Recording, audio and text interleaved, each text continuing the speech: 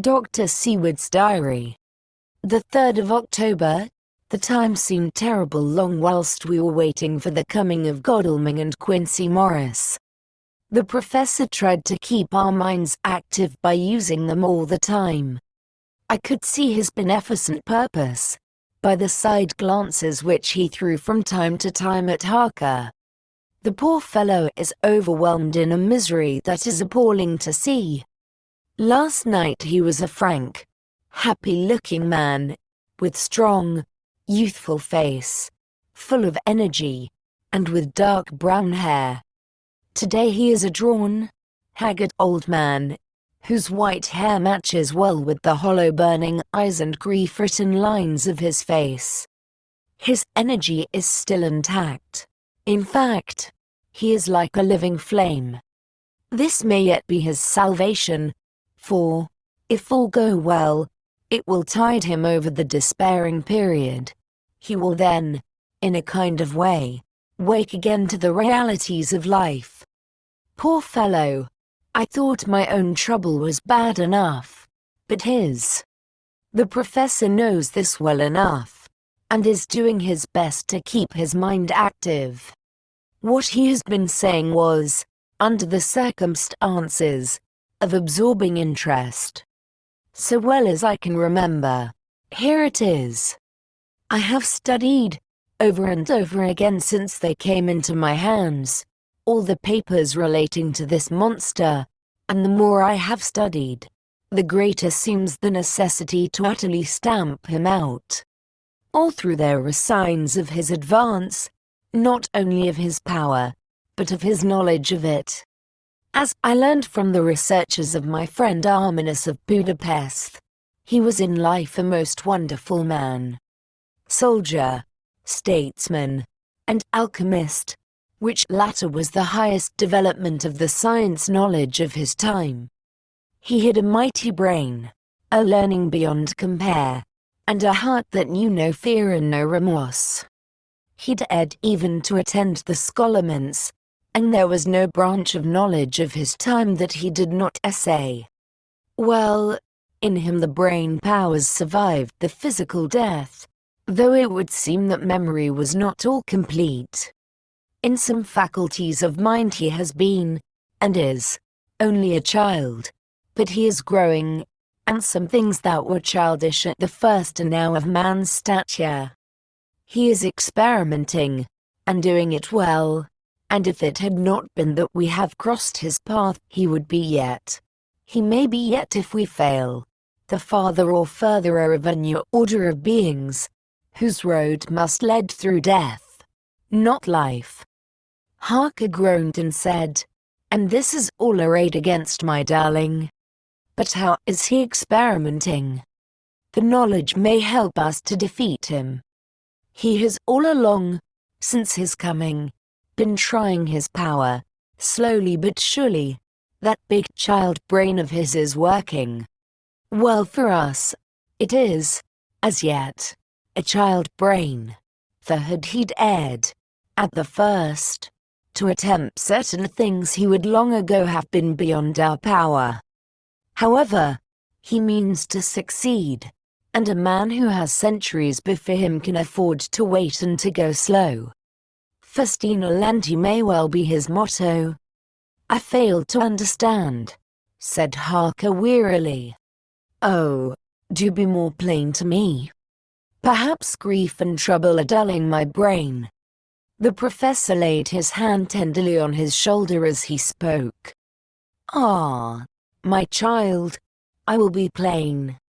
Do you not see how, of late, this monster has been creeping into knowledge experimentally? How he has been making use of the zoophagus patient to effect his entry into friend John's home, for your vampire, though in all afterwards he can come when and how he will, must at the first make entry only when asked thereto by an inmate. But these are not his most important experiments. Do we not see how at the first all these so great boxes were moved by others? He knew not then but that must be so. But all the time that so great child brain of his was growing, and he began to consider whether he might not himself move the box. So he began to help, and then, when he found that this be all right, he tried to move them all alone. And so he progress, and he scatter these graves of him, and none but he know where they are hidden. He may have intend to bury them deep in the ground, so that he only use them in the night, or at such time as he can change his form. They do him equal well, and none may know these are his hiding place. But, my child, do not despair, this knowledge come to him just too late. Already all of his lairs but one be sterilizes for him, and before the sunset this shall be so. Then he have no place where he can move and hide. I delayed this morning that so we might be sure. Is there not more at stake for us than for him? Then why we not be even more careful than him? By my clock it is 1 hour and already, if all be well, friend Arthur and Quincy are on their way to us. Today is our day, and we must go sure, if slow, and lose no chance. See, there are 5 of us when those absent ones return. Whilst he was speaking we were startled by a knock at the hall door, the double postman's knock of the telegraph boy. We all moved out to the hall with one impulse, and Van Helsing, holding up his hand to us to keep silence, stepped to the door and opened it. The boy handed in a despatch. The professor closed the door again, and, after looking at the direction, opened it and read aloud. Look at Viddy, he has just now, 12:45, come from Carfax hurriedly and hastened towards the south. He seems to be going the round and may want to see you, Mina. There was a pause, broken by Jonathan Harker's voice. Now, God be thanked, we shall soon meet. Van Helsing turned to him quickly and said, God will act in his own way in time. Do not fear, and do not rejoice as yet, for what we wish for at the moment may be our undoings. I care for nothing now, he answered hotly, except to wipe out this brute from the face of creation. I would sell my soul to do it. Oh, hush, hush, my child, said Van Helsing. God does not purchase souls in this wise, and the devil, though he may purchase, does not keep faith. But God is merciful and just, and knows your pain and your devotion to that dear Madam Mina. Think you, how her pain would be doubled, did she but hear your wild words. Do not fear any of us, we are all devoted to this cause, and today shall see the end. The time is coming for action. Today this vampire is limit to the powers of man. Until sunset he may not change. It will take him time to arrive here. See, it is 20 minutes past 1, and there are yet some times before he can hither come, be he never so quick.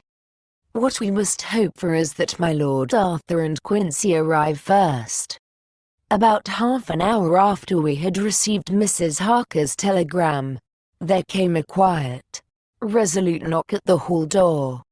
It was just an ordinary knock, such as is given hourly by thousands of gentlemen, but it made the professor's heart and mine beat loudly.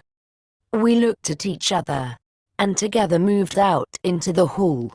We each held ready to use our various armaments, the spiritual in the left hand, the mortal in the right.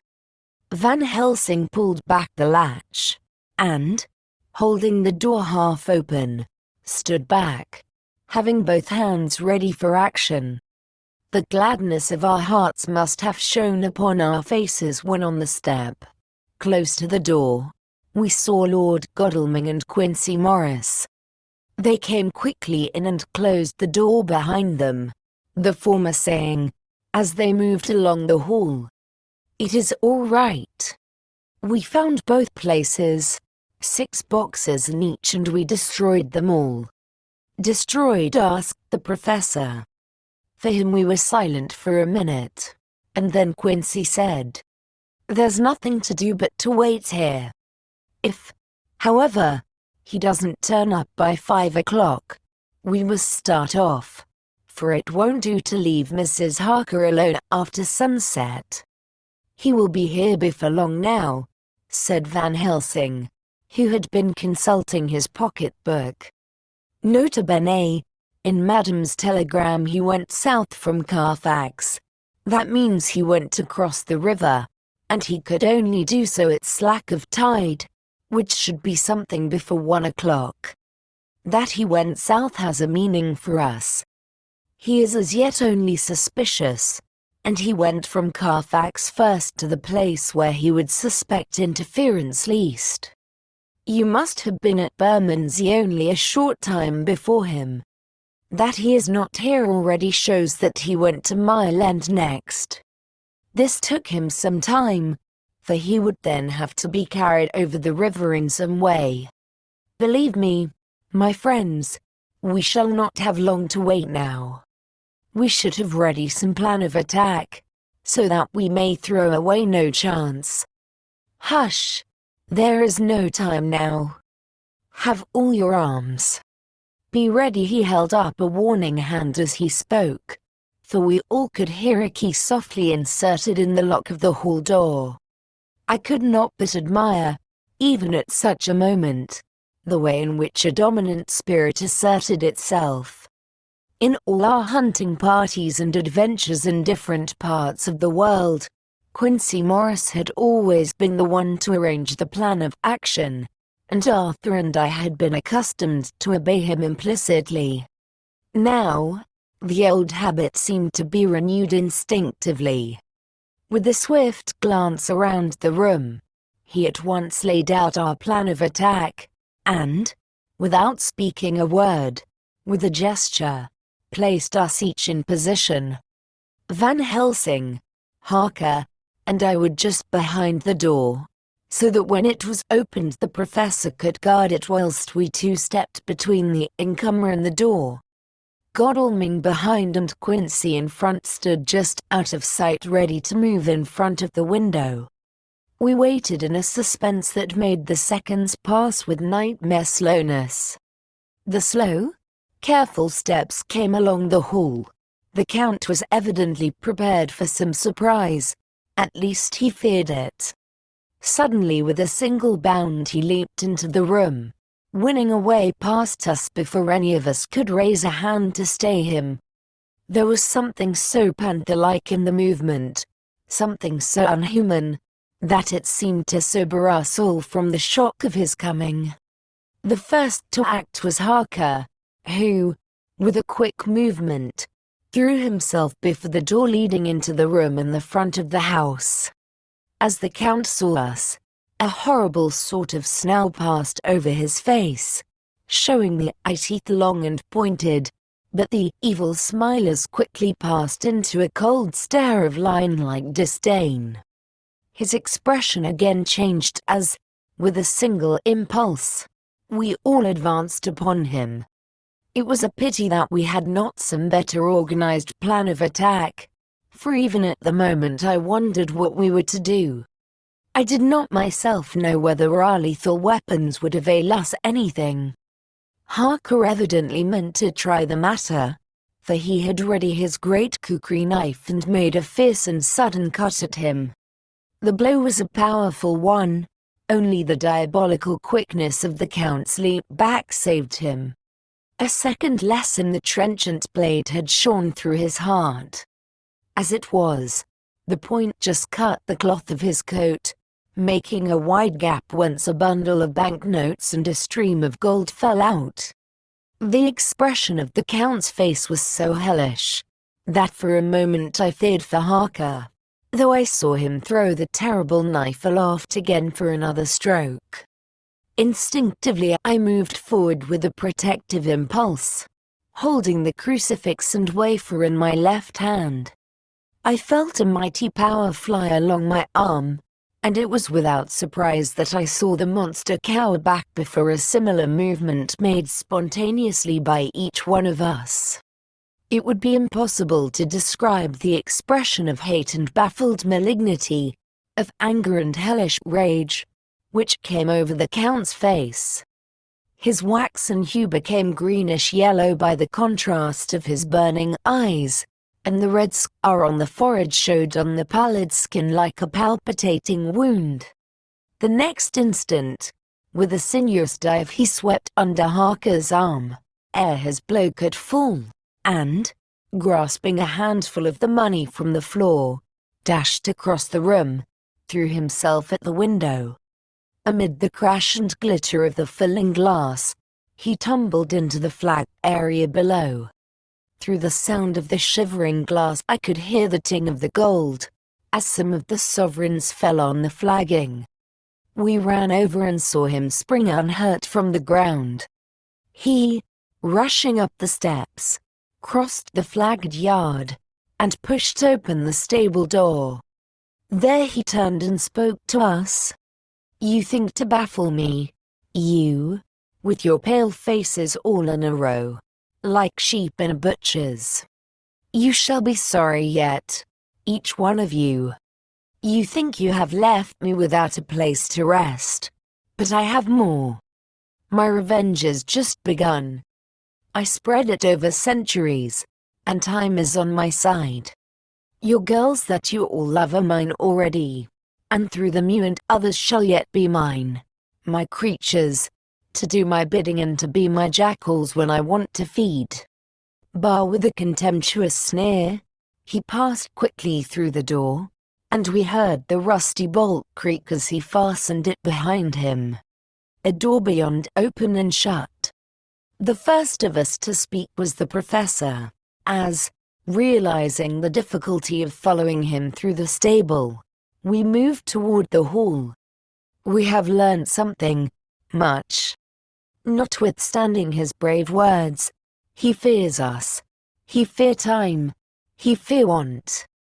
For if not, why he hurry so? His very tone betray him, or my ears deceive.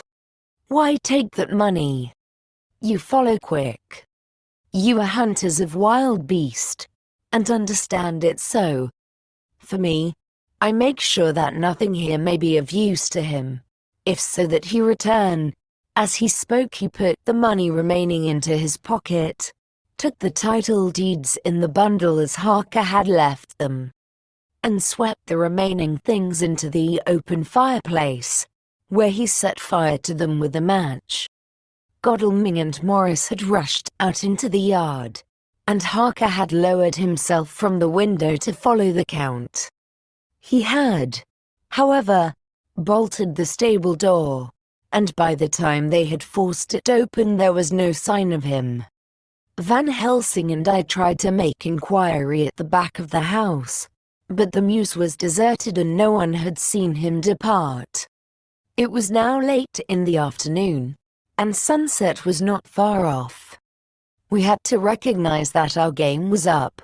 With heavy hearts we agreed with the professor when he said, "Let us go back to Madam Mina. Poor dear Madam Mina. All we can do just now is done, and we can at least, protect her. But we need not despair. There is but one more earth box, and we must try to find it. When that is done, all may yet be well." I could see that he spoke as bravely as he could to comfort Harker. The poor fellow was quite broken down. Now and again he gave a low groan which he could not suppress. He was thinking of his wife. With sad hearts we came back to my house, where we found Mrs. Harker waiting us, with an appearance of cheerfulness which did honor to her bravery and unselfishness. When she saw our faces, her own became as pale as death. For a second or two her eyes were closed as if she were in secret prayer, and then she said cheerfully, "I can never thank you all enough." Oh, my poor darling. As she spoke, she took her husband's grey head in her hands and kissed it. "Lay your poor head here and rest it. All will yet be well, dear. God will protect us if he so will it in his good intent. The poor fellow groaned. There was no place for words in his sublime misery. We had a sort of perfunctory supper together, and I think it cheered us all up somewhat. It was, perhaps, the mere animal heat of food to hungry people, for none of us had eaten anything since breakfast, or the sense of companionship may have helped us, but anyhow we were all less miserable, and saw the morrow as not altogether without hope. True to our promise, we told Mrs. Harker everything which had passed, and although she grew snowy white at times when danger had seemed to threaten her husband, and dreaded others when his devotion to her was manifested, she listened bravely and with calmness. When we came to the part where Harker had rushed at the Count so recklessly, she clung to her husband's arm, and held it tight as though her clinging could protect him from any harm that might come. She said nothing, however, till the narration was all done, and matters had been brought right up to the present time. Then without letting go her husband's hand she stood up amongst us and spoke. Oh, that I could give any idea of the scene, of that sweet, good woman in all the radiant beauty of her youth and animation, with the red scar on her forehead, of which she was conscious, and which we saw with grinding of our teeth, remembering whence and how it came, her loving kindness against our grim hate, her tender faith against all our fears and doubting, and we, knowing that so far as symbols went, she with all her goodness and purity and faith, was outcast from God. Jonathan, she said, and the words sounded like music on her lips, it was so full of love and tenderness. Jonathan dear, and you all my true friends, I want you to bear something in mind through all this dreadful time. I know that you must fight, that you must destroy, even as you destroyed the false Lucy so that the true Lucy might live hereafter, but it is not a work of hate. That poor soul who has wrought all this misery is the saddest case of all. Just think what will be his joy when he, too, is destroyed in his worser part, that his better part may have spiritual immortality. You must be pitiful to him, too, though it may not hold your hands from his destruction. As she spoke, I could see her husband's face darken and draw together, as though the passion in him were shriveling his being to its core. Instinctively the clasp on his wife's hand grew closer, till his knuckles looked white. She did not flinch from the pain which I knew she must have suffered, but looked at him with eyes that were more appealing than ever. As she stopped speaking he leaped to his feet, almost tearing his hand from hers as he spoke. May God give him into my hand just for long enough to destroy that earthly life of him which we are aiming at. If beyond it I could send his soul forever and ever to burning hell, I would do it. Oh, hush in the name of the good God. Don't say such things, Jonathan, my husband, or you will crush me with fear and horror. Just think, my dear, I have been thinking all this long day of it, that, perhaps, some day, I, too, may need such pity, and that some mother like you, and with equal cause for anger, may deny it to me. Oh, my husband, indeed I would have spared you such a thought had there been another way, but I pray that God may not have treasured your wild words, except as the heart-broken wail of a very loving and sorely stricken man. Oh, God, let these poor white hairs go in evidence of what he has suffered, who all his life has done no wrong, and on whom so many sorrows have come. We men were all in tears now. There was no resisting them, and we wept openly.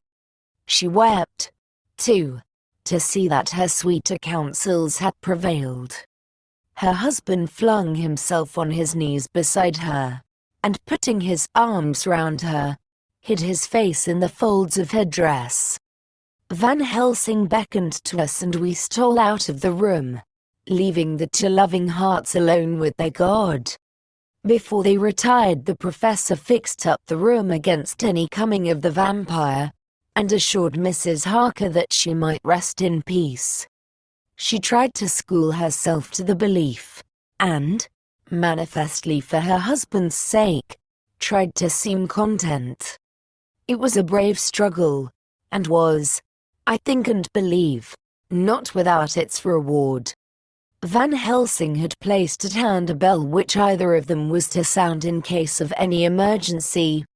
When they had retired, Quincy, Godalming, and I arranged that we should sit up, dividing the night between us, and watch over the safety of the poor stricken lady.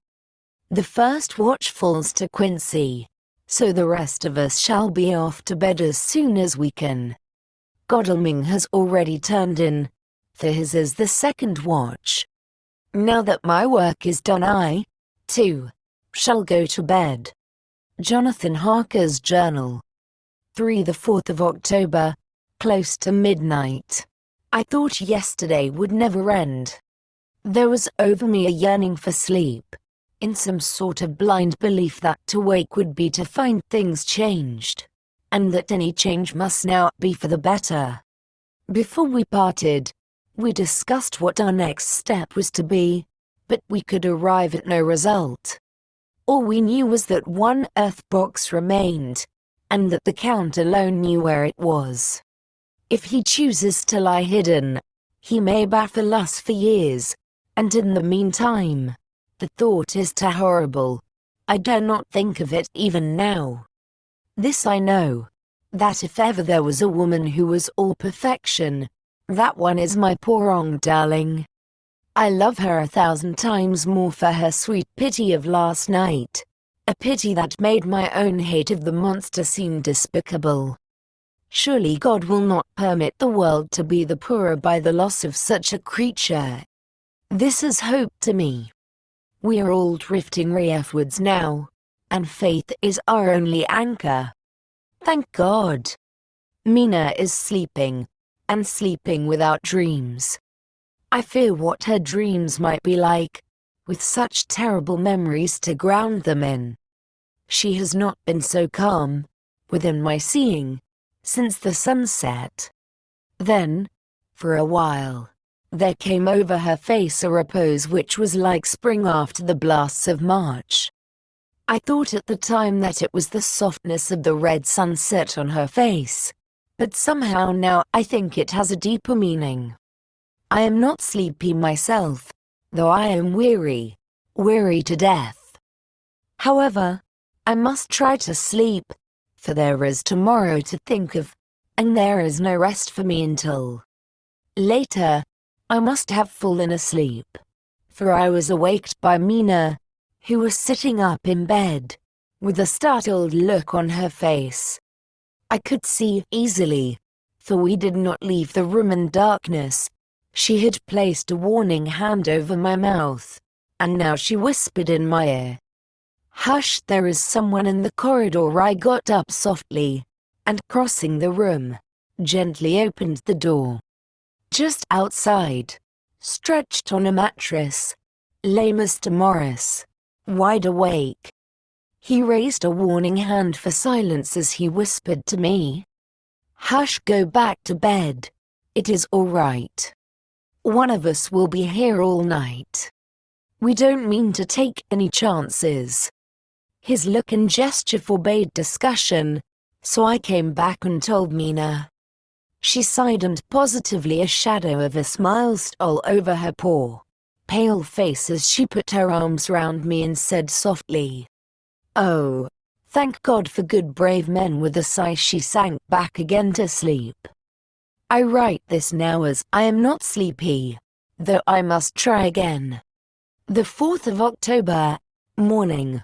Once again during the night I was wakened by Mina. This time we had all had a good sleep, for the grey of the coming dawn was making the windows into sharp oblongs, and the gas flame was like a speck rather than a disk of light. she said to me hurriedly. Go. Call the professor. I want to see him at once. Why? I asked. I have an idea. I suppose it must have come in the night, and matured without my knowing it.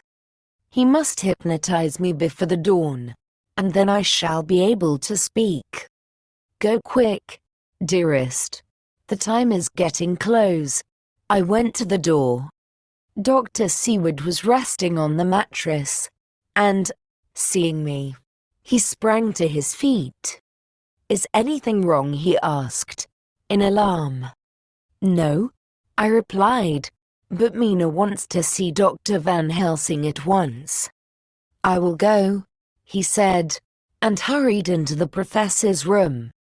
In 2 or 3 minutes later, Van Helsing was in the room in his dressing gown, and Mr. Morris and Lord Godalming were with Dr. Seward at the door asking questions. When the professor saw Mina, a smile, a positive smile, ousted the anxiety of his face. He rubbed his hands as he said, Oh, my dear Madam Mina, this is indeed a change. See, friend Jonathan, we have got our dear Madam Mina, as of old, back to us today. Then turning to her, he said, cheerfully, and what am I do for you? For at this hour you do not want me for nothings. I want you to hypnotize me, she said. Do it before the dawn, for I feel that then I can speak, and speak freely. Be quick, for the time is short. Without a word he motioned her to sit up in bed. Looking fixedly at her, he commenced to make passes in front of her, from over the top of her head downward, with each hand in turn. Mina gazed at him fixedly for a few minutes, during which my own heart beat like a trip hammer, for I felt that some crisis was at hand. Gradually her eyes closed, and she sat, stock still. Only by the gentle heaving of her bosom could one know that she was alive. The professor made a few more passes and then stopped, and I could see that his forehead was covered with great beads of perspiration. Mina opened her eyes, but she did not seem the same woman. There was a faraway look in her eyes, and her voice had a sad dreaminess which was new to me. Raising his hand to impose silence, the professor motioned to me to bring the others in. They came on tiptoe, closing the door behind them, and stood at the foot of the bed, looking on. Mina appeared not to see them. The stillness was broken by Van Helsing's voice speaking in a low level tone which would not break the current of her thoughts. Where are you? The answer came in a neutral way. I do not know. Sleep has no place it can call its own. For several minutes there was silence. Mina sat rigid, and the professor stood staring at her fixedly. The rest of us hardly dared to breathe. The room was growing lighter. Without taking his eyes from Mina's face, Dr. Van Helsing motioned me to pull up the blind. I did so, and the day seemed just upon us. A red streak shot up, and a rosy light seemed to diffuse itself through the room. On the instant the professor spoke again. Where are you now? The answer came dreamily, but with intention. It were as though she were interpreting something. I have heard her use the same tone when reading her shorthand notes. I do not know. It is all strange to me. What do you see? I can see nothing. It is all dark. What do you hear? I could detect the strain in the professor's patient voice. The lapping of water. It is gurgling by, and little waves leap. I can hear them on the outside. Then you were on a ship. We all looked at each other, trying to glean something each from the other. We were afraid to think. The answer came quick. Oh, yes. What else do you hear? The sound of men stamping overhead as they run about. There is the creaking of a chain, and the loud tinkle as the check of the capstan falls into the ratchet. What are you doing? I am still. Oh, so still. It is like death. The voice faded away into a deep breath as of one sleeping, and the open eyes closed again. By this time the sun had risen, and we were all in the full light of day. Dr. Van Helsing placed his hands on Mina's shoulders, and laid her head down softly on her pillow. She lay like a sleeping child for a few moments, and then, with a long sigh, awoke and stared in wonder to see us all around her. "Have I been talking in my sleep?" was all she said. She seemed, however, to know the situation without telling, though she was eager to know what she had told. The professor repeated the conversation, and she said, "Then there is not a moment to lose.